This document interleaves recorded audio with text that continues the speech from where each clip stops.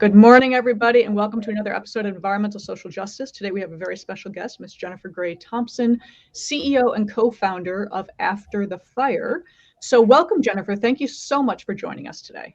Thank you for having me. I'm very happy to be here with you.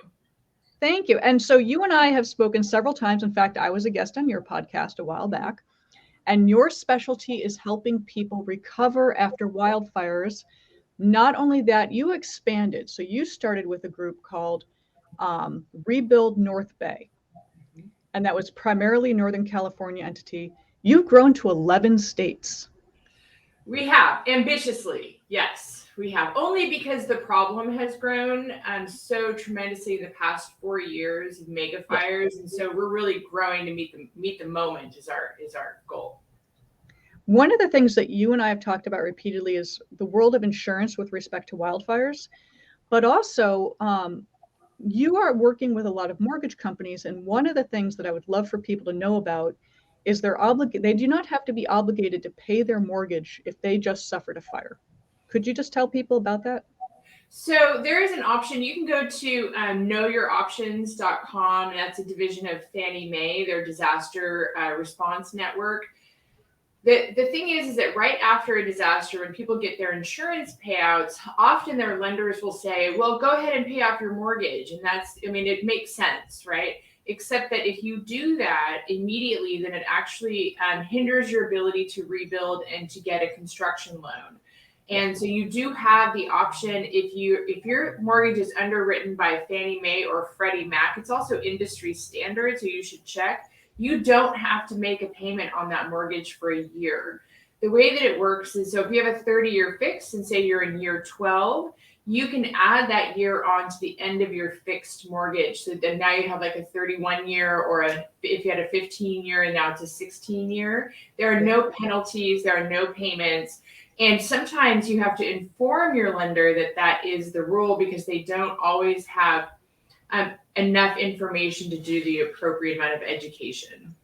Yeah, and it also gives people a break. I mean, you're heavily involved in the wildfires. You've gone to several of the burn areas, and you've met with people. We're going tomorrow to Greenville. Yeah, again. Oh, tell us about that. Well, we do long-term recovery, and we really help communities navigate. We are not the leaders of their disaster recovery. What we do is we support both emergent and official leaders in community design and led recovery. We know that in 2017, we had our devastating wildfires in the NorthBay of San Francisco. We didn't really have that navigational help, and it was very disconcerting to have never undergone a disaster of that scale, and then to find out that not only were you the cavalry, but you were going to have to make it up sort of as you went.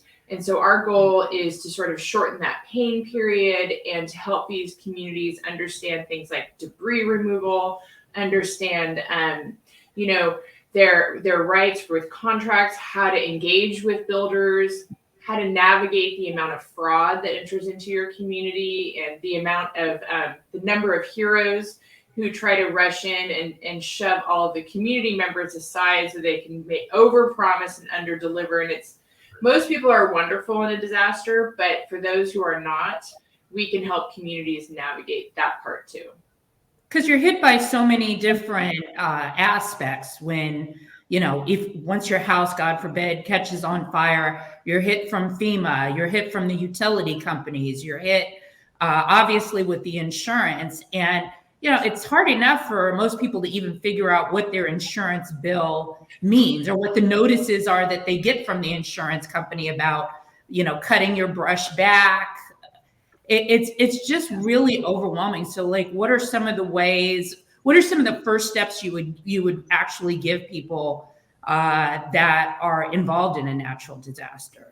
Well, the first thing that I would suggest is that they actually go to one of our partners, United Policyholders, and take a look at their information about how to navigate your insurance if you are insured. So we deal with people from highly vulnerable states who are not insured. Anyone who is suffers a great disaster and wildfire is our constituent. But for those who are insured, United Policyholders is invaluable. The first thing I would do is sort of, you need to take a moment to grieve. Your life, the way that it looked before, is worth grieving over. And don't succumb to the pressures that are going to come at you hard and fast to get everything done and back to normal. It's really unfortunate, but you actually can't go back to the day before. You have to reimagine your life. And that means that you need some time to take care of your mental health. Obviously, you have to go get like clothes, your basics and secure a place to live. And then give yourself a minute to really sort of look at how the rest of your life is going to go. Unfortunately, not all disasters are declared federal disasters. It took for the Dixie Fire, reached 750,000 acres before that was declared. That has to be requested by your governor and your senators, which they did, and they were approved within 24 hours. The way that we declare disasters for wildfire is massively different than we do for wind and rain events. So wind and rain events, they'll sort of pre-declare and then position everything because we're very experienced in this country with that. We are not experienced with the era of mega fires. So we're actually pushing for a federal declaration to come when we see the weather conditions really ramp up that are highly dangerous for conditions that are perfect for mega fires, and to sweep all of those people into that declaration. So it really depends is the answer. I know that that's not ideal, but FEMA is wonderful. They their policies are meant to help over 300 million people. So they are not perfect for every situation. They really need you to be on your own for about 72 hours. You will find that your community is the one that will sort of tend to you and save your mental health. I can go on about this forever, but the answer is it depends on the size of the disaster, the scope of it. It's really important to sort of find your bearings and to have that moment of grief so that you're not making decisions under pressure, including from your lender, including from anybody, your insurance company. And to know that with SBA and FEMA, if you are, if they deny your claim initially, it's really important to know that you can continue to appeal that claim. And we've seen people after 3 appeals get the help that they need. That's not an efficient system, we know, but we're all working together to try to improve those conditions. So what was the impetus that led you to start going down this path? So nobody ends up, I don't think very many people end up in disaster on purpose. I think what happens is life happens. And I worked for the county of Sonoma. I worked for a local county supervisor here. I live in Sonoma Valley. And the night of October 8th, our anniversary is coming up. I woke up and we always sleep with the window open. And I thought a house was on fire nearby. And then I looked at social media and I saw that our district, where I live in Sonoma Valley, it borders on Napa as well. We were actually surrounded by fires. And that night, 11 fires broke out. And by the time I woke up at maybe 12:31, a lot of Santa Rosa had burned. We lost 6,000 structures that night across 4 counties. So I was like, oh, my boss was in Colorado at the time. And I was like, okay, so I work for the county. So I will put on a transportation and public works, a TPW vest, very visible. And I will go out and do stuff until the cavalry shows up and tells me where to be. And then about day 3, I was like, oh, they're not coming. So I guess we are the cavalry, and we were very isolated where I live. We're not near the freeway at all. We're about 35 minutes from the highway. So getting food systems, standing up our shelters, a lot of that was dependent upon the local community to do. And then FEMA came in and supported, the Red Cross came in and supported. But, we were wholly unprepared for this scope and scale of the disaster. I remember the county calling me one night at like 9:00, and they asked for 800 meals for just the morning by 8 a.m. And could I do that? And I was like, well, I guess I can. And so I put it out there in social media and used my contacts and got the 800 meals. But it was really that ad hoc. So that's how I started. And then there's something about undergoing a disaster. I did not lose my home in 2017. What I did though is I was evacuated. And I had to take on sort of an outsized leadership role in my community of 40,000 people. So I did that in conjunction with a team, a small team of people, and we sort of, made sure that our most vulnerable population, which is our Latinx population, that they had food and access to diapers and water, and no fear of immigration, which was a huge fear, especially because our national it was difficult then, and the head of ICE actually went on television nationally and said that an undocumented person had started our wildfires in the middle of all of it, which was completely inaccurate and not true at all and highly damaging. So there was a lot of fear, and we had to make sure that we partnered with Luz Center, a very trusted resource and referral organization. I now sit on the board of that organization, and we made sure that we communicated through there and then, tended to people and their needs exactly where they were at. So, comes the end of this sort of harrowing, for me, a very harrowing 2 weeks. Fire lasts a long time. So ours burned for about 23 days. 43 people died. And I was sort of shell shocked. Like, my life has never been the same. I just said to my husband last night, I said, I think I'm ready for some routine back in our lives, instead of this sort of all 4 years of constant disaster. We've had 3 mega fires since then in our county alone and 1 major flood. So challenging. Anyway, I knew that I wanted my life to be about rebuilding this place that I loved so much and that raised me. And I had a difficult upbringing. And so I was very grateful for the people of my community and the place and what it means to me. And I also know that specific vulnerability of being evacuated to go sleep in my car with my dogs, one of which was a Mastiff who thought that this fire was the best thing that ever happened to her. She's like, we're spooning in a car together. And, she was fine with it. But I remember that feeling of it's actually I knew because I worked for the county that the town of Sonoma was about 10 to 15 minutes from burning down. And it was only going to be through a lot of work and a little bit of luck that wasn't going to happen. Most people didn't know that. And I remember thinking, wow, if Sonoma isn't there, I'm not sure who I am. I don't know what my story is at all anymore. And that's sort of like visceral grief. So I decided, it did not burn down, and I decided that I would put all of my will and determination into rebuilding this place. I was very fortunate, and about a month later, I I heard about an organization starting called Rebuild NorthBay Foundation, and I was very curious about what they wanted to do because it was long-term recovery and it wasn't just rushing in, selfie, rushing out. And it was being started by a developer and a lobbyist, which is not everybody's favorite combination, who also... Yeah, that doesn't sound very promising. Well, the thing is that he had and has the relationships to actually get this done.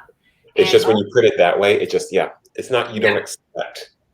Well, it certainly has put me in the line of fire of some folks who it doesn't matter. Like, I could bring Jesus in front of them and they would be like, but you worked for a lobbyist and a developer. And I'm like, well, I'm glad you go home to your meadow.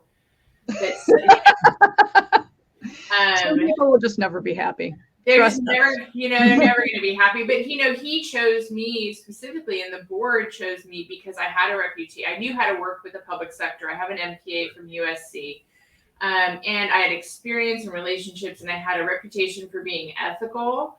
And he really wanted that at the center of this new nonprofit. And so my charge from the board, which was full of fancy, very powerful leaders in our area, like my current board president, Judy Coffey, who was the senior VP at Kaiser Permanente for 14 years.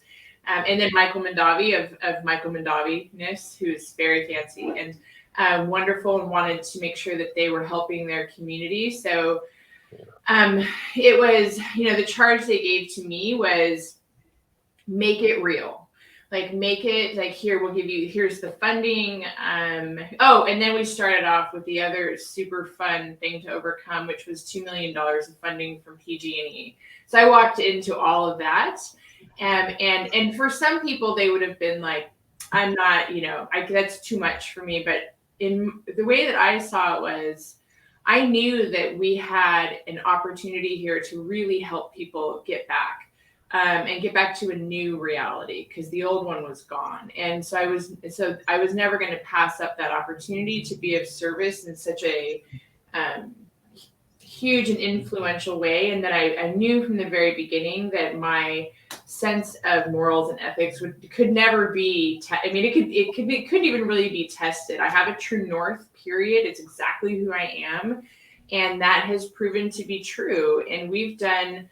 I'm really proud of the work we did under Rebuild NorthBay Foundation. We did about $2 million of direct relief to wildfire survivors across the 4 counties that we served.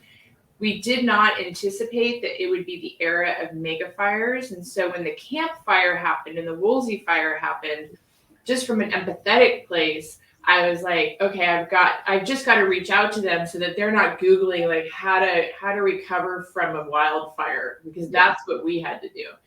And I ended up becoming very good colleague friends with Charles Brooks in Paradise, and I helped him.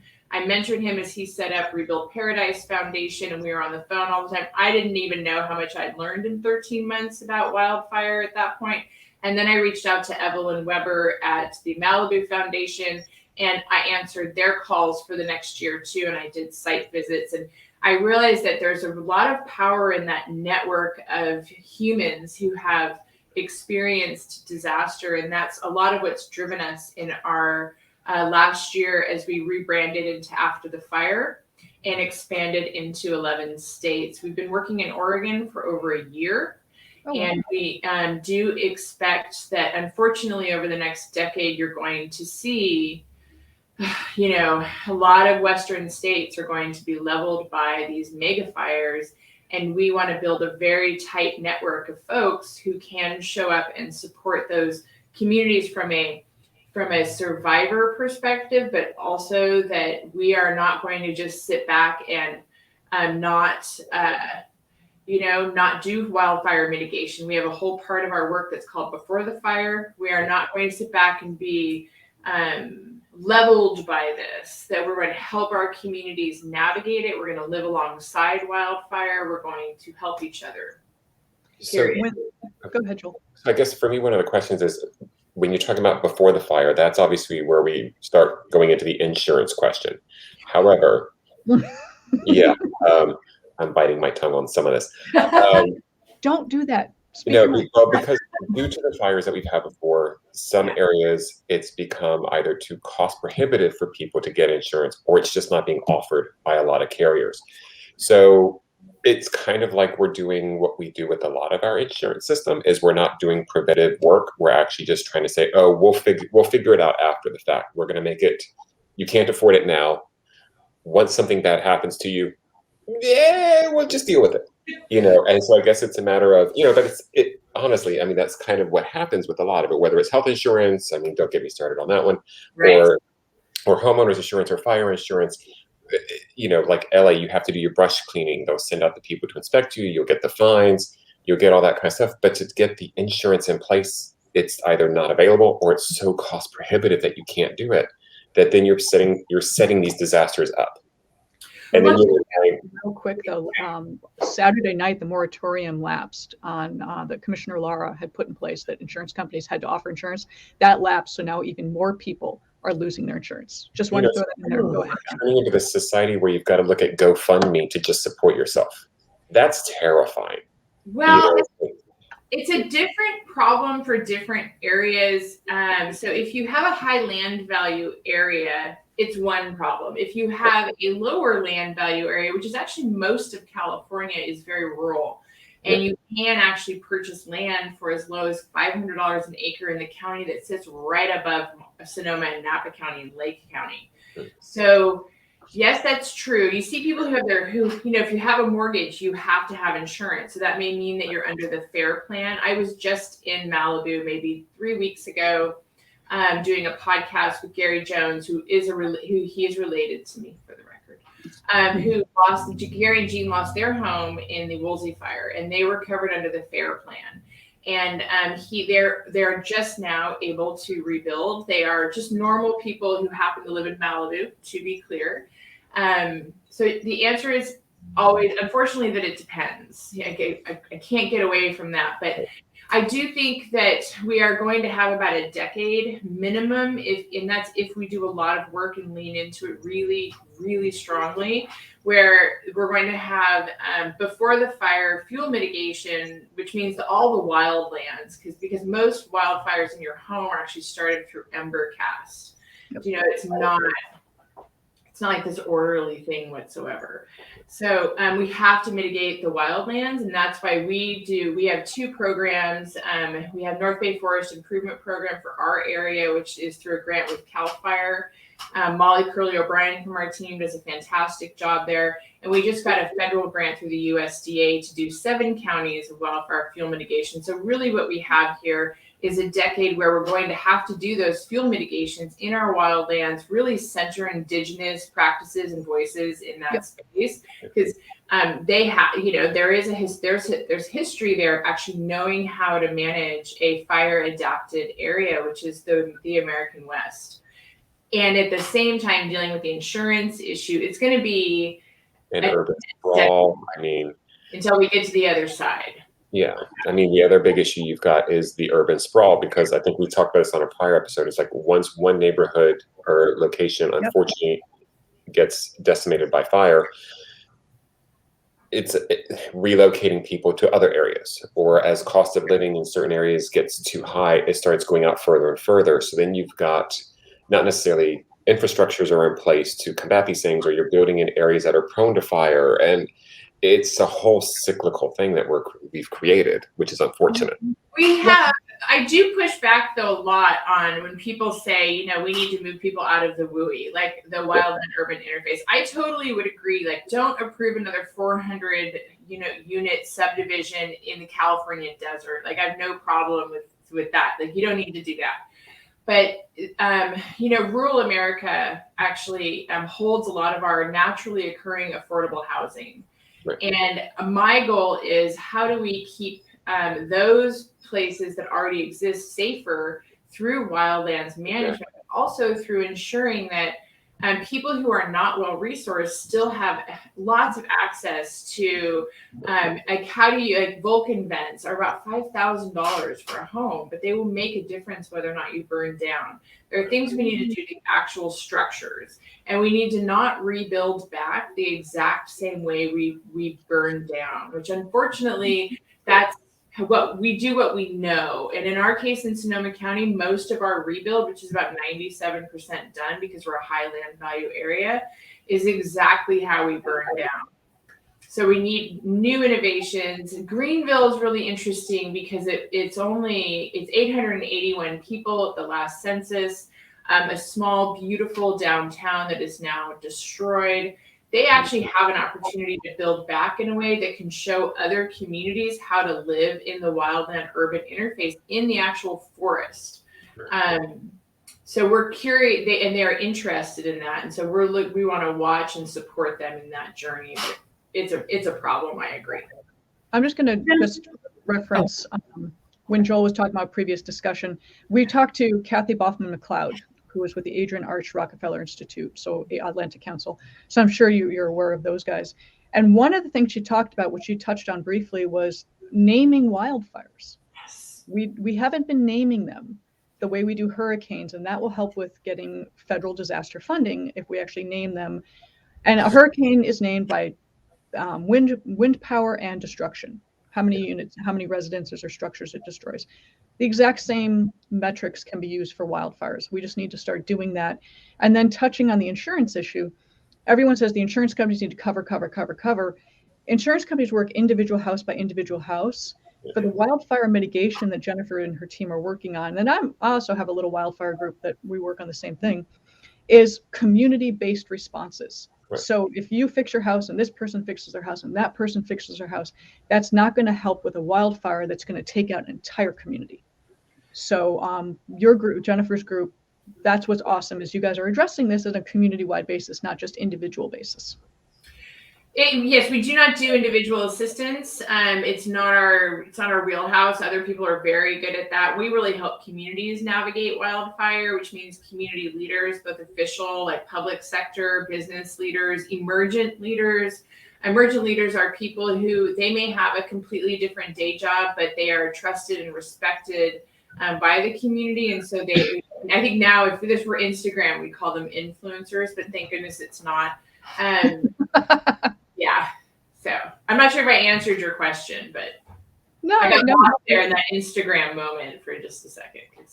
Oh, I'm still confused by Instagram. That's okay. You know, you can make your community so much more resilient through fire-wise. Communities are very smart. It does take a lot of people to, absolutely commit to it. But I think that right now in 2021, entering 2022, that people are willing to accept that climate change is real. And right in the American West, we're in this moment when we have mismanaged our wildlands for 100 years. We overlogged, and then we protested, and then we locked them all up and said they know how to take care of themselves. Meanwhile, Indigenous people were sitting by going, yeah, you're all wrong. All of that is wrong. There's a whole other way to do it.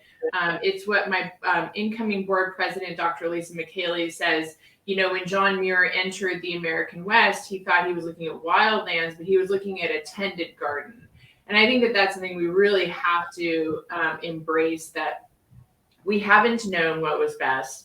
We do need to manage our wildlands, and at the same time, make sure that our existing homes are protected. And in California, it would be awesome if in the urban areas that are actual urban areas, even rural urban, like where I live, we stop being such NIMBYs.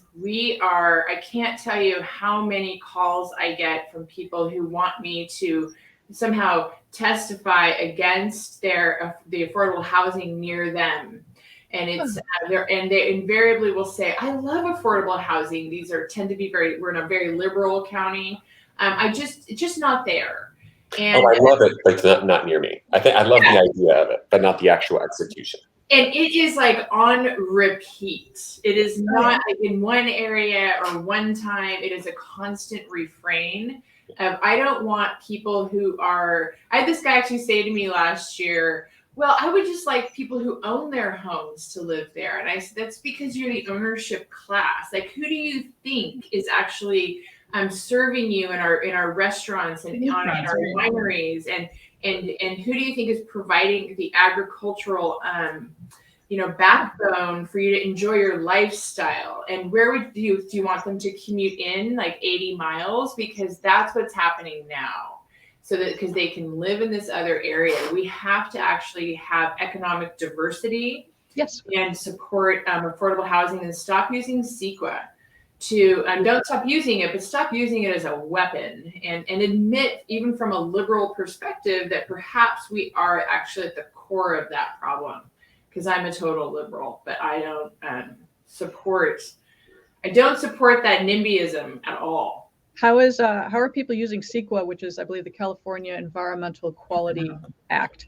How are they using that as their defense? Oh, they actually weaponize it. They just continuously call for years and years and years of more EIRs, of environmental impact reports. And if it missed one thing, then they go and they find that one thing. There are attorneys who specialize in ensuring that things are never built. And then you hear people all the time. They're like, oh, I mean, my perspective does not come from having worked for a developer, because we really never talked about that. It's from watching it. The thing is that when we weaponize CEQA, what we do is we make it so that only wealthy people can develop, because only wealthy people can actually do the carrying cost for 5 to 10 years while their development is protested endlessly.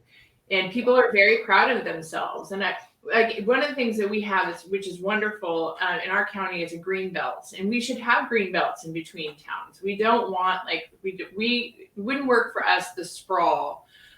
We can do infill development. I'm just always amazed when people who support green belts also then constantly protest infill. So it's complicated. No, but that's awesome. Go ahead, Joel. Sorry. No, but I'm saying, so just going back to the before the fire part. Let's go back there. I gotta say, I think you actually made a very good point. I do believe that people are starting to, as the climate change has finally become this thing that I do believe that a good portion of the world is on board with, and they're understanding science. And I think so what you're doing right now is actually super important to go in and work with these communities to be like, okay, how can we try to do as much prevention as we can, but at the same point in time, know that this is probably, there's a good chance this will happen. So how can we soften the blow when and if it does? And I think that's huge for communities to have, because that's not, we don't talk about it enough. There's a lot of things we don't talk about, but that's, a big issue that's not really. Yeah. I feel like right now people are more willing to talk about it. I feel like philanthropy is more willing to talk about it. Yep. I feel like state and federal lands have been mismanaged for so long too. And I think that the state and at the state and federal level, I think they're finally starting to understand fully that they need to actually manage their own lands too. In the county where I live, about 80% is privately owned. That's uncommon. If you go to Santa Cruz, for example, you're going to see that the state owns a lot of land, the feds own a lot of land. If they don't manage their land, it doesn't really matter what private homeowners do, because they're never going to be able to prevent a mega fire. They can't like just be like, oh, here's the line in the sand where or the line in the forest, and don't burn down here because I own this. Like, wildfire doesn't care about your county lines, doesn't care about feds. Actually, the Dixie fire, which is, it's not even out yet, it's been like 3 months, that was started on federal land. So they also have to manage their own lands. They have to rake their own forests, quite frankly. I was waiting for that quote. Everyone was like, can you believe that? I'm like, well, here's the thing. Like, I'm not a fan of that guy, but not altogether wrong that there are lessons in how to actually manage land. And it includes, pulling out the dead forest. We've not had a significant increase in redwoods, for example, in California, because we've allowed other parts of the forest to explode, and we haven't actually left enough room for them. Yep. I'm not a forester at all, and I certainly don't sound like one, but we do have to listen to foresters, to Native American voices, and we have to change how we're doing this. And I think we're going to. Yeah, we need to listen to Indigenous peoples. When you and I talked a few weeks back, that was one of our topics was, we got it wrong, we messed it up. It's time to go back to the table, ask the Indigenous people to let us back in, teach us what we need to know, and do it right. Yeah, and support support their leadership, fund their leadership, centralize their voices. It's time, and we are very supportive of that endeavor. Absolutely. We'll push for it at the federal level, state level, and local level every single time.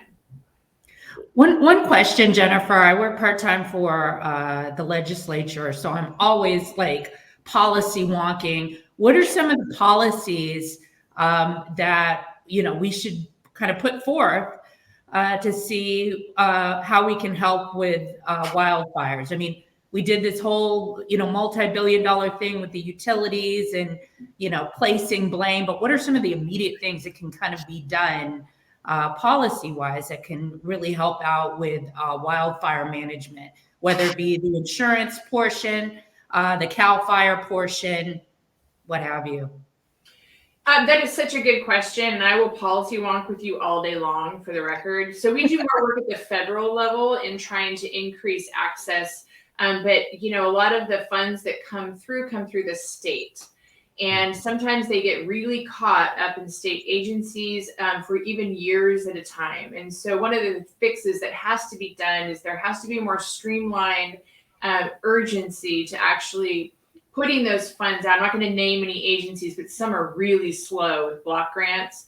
And I'm sure there's reasons, but it doesn't really matter. We're in an emergency, and there needs to be I think a greater sense of urgency. We do have some great leadership at the state level. The Senate Pro Tem is great. Senator Bill Dodd has done amazing work in this area. Senator Mike McGuire, really appreciate them. Ayar Curry. They have provided leadership, but unless things change at the federal level, which in our case, what I said yesterday on a meeting was, it's great that the spigots are on from the top. It's great that they're coming through in the federal level to do pre-fire mitigation. It's great that they are allocating all of this funding at the state level. But in 2020, we had $10 billion of allocated but unaccessed federal dollars for disaster. And they doubled that amount in just last year. So now about $20 billion that has not been accessed because there's a lack of capacity at the county level to actually not only access it, but you have to track it in a specific way, because if you don't, all those funds will be clawed back. Not every county, like you all are in Los Angeles County, Beverly Hills even. So if something befalls you, your county will automatically engage like Ernst & Young or a major firm, Marsh, something like that, to help navigate that. In a county like Plumas County, they have 15,000 people total. Their supervisors don't have any staff, like no staff whatsoever. And that's a part-time job. Then you get a disaster and you have a county maybe that has 12 to 20 employees total and a lot of geography. Who's going to actually apply for these grants and track them? So there's a huge inequity built right into the system that automatically favors wealthier counties that are more with greater populations and more capacity. So we have to do capacity grants. And now we know how to do everything remote now. We have to sort of relieve the burden off of these counties and communities that are less well-resourced, allow them to, we should be feeding them grants, opportunities, and then the support to actually apply for those. But the institutional knowledge, like you and I know what a federal register is, but most people don't even know that it exists. So in FEMA, this year, they did an RFI, a request for input, about equity. But the inequities, I love FEMA, but the inequities were built right into it, which was you have to know where to find it, the Federal Register, how many people know where that is. And then we went through and we answered all of the questions. And between Molly, who works for me, and myself, we have 3 undergraduate degrees and 3 graduate degrees, 2 of which are in policy. And it took all of our education and understanding to even know what they were asking. And finally, by question 4, we just called it. We're like, we're going to continue to do this, but we have to note that the inequities are built right into the system. Yep. So how to increase access, it's going to be a policy fix, but it's going to have to be grounded in reality of the barriers to entry that we put up from the very beginning. Absolutely. Oh, and may I say this, because I'm passionate about this. We also have to make sure that in the urgency to actually, there does have to be a sense of urgency to get people home, especially if they are renters, especially if they were in affordable housing before, because one of the things that I saw in another county, in another state, I'm not going to say what either of those are, was that I was shocked that 70% of the people in that county were renters, and the county leadership and state leadership wanted, and I quote, a change of demographic. So what they did is that they put off, this was a hurricane, wind and rain event, they put off rehabbing the affordable housing until they found that people had resettled, and they did not contract for cleanup until 18 months post disaster. And it was not admirable is the best thing I can say about it. And so we also have to keep our eye out for redlining by disaster, and really a repugnant practice, and something that I have to say I was appalled. Yes. That is appalling. Yeah. We've talked about redlining in the past with Joel's background in real estate, and that is a little shocking that that's happening as a response to disaster. Well, we could talk about this for hours. We are closing up, but perhaps Jennifer, you could tell people how to find you if they have a disaster, or if they're experiencing a disaster, if they want to prepare ahead of time, if they're in a high risk area. What's the best way to reach you guys? Oh, please visit our website at www.afterthefireusa.org. We also have a YouTube channel, and you can go there. It's very hard to find right now. We're working on that. We have a lot of community meetings up there and about 40 podcasts. Our podcast is called How to Disaster, and you can find us on all social media channels as well. So again, afterthefireusa.org. Perfect. Thank you so much. Love what you're doing. Keep expanding and across the country. We need help. And I'm just going to say this repeatedly, and I said this on your podcast as well. If we can build an oil pipeline from Canada to Texas, we can build a water pipeline from the Midwest, which is drowning, to the Western coast. So engineers with big brains, please think about that. You know, I just have to say, I have said that to my friends on the East Coast who work in disaster, and since we've had that conversation, and all of us like the idea because they're so tired of being rained on, and we're so tired of burning down. So yeah, they're flooding, they're raining, there's storm surging, there's hurricanes, there's everything, and we desperately need water. So let's just, there's money in it, folks. They always say there's no money in it. I'm sure there is. Just okay, guys. Thank you so much. Thank you for having me on. I really appreciate it. Of course. Thank you so much. This has been fantastic. Jennifer. Bye, everybody. Bye. Thank you. Have a great day.